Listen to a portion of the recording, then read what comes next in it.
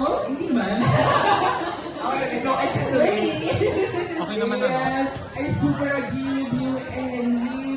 Pero, wait lang. Ako lang ba nakakapansin? Pero, bakit naman naka-outfit change na si Mom MJ for today? Hindi ko alam, be. Ano kasi, di ba, sabi nila, or rather modern, yun yung tayo, pero, hindi ko alam, Ano yan? Wait.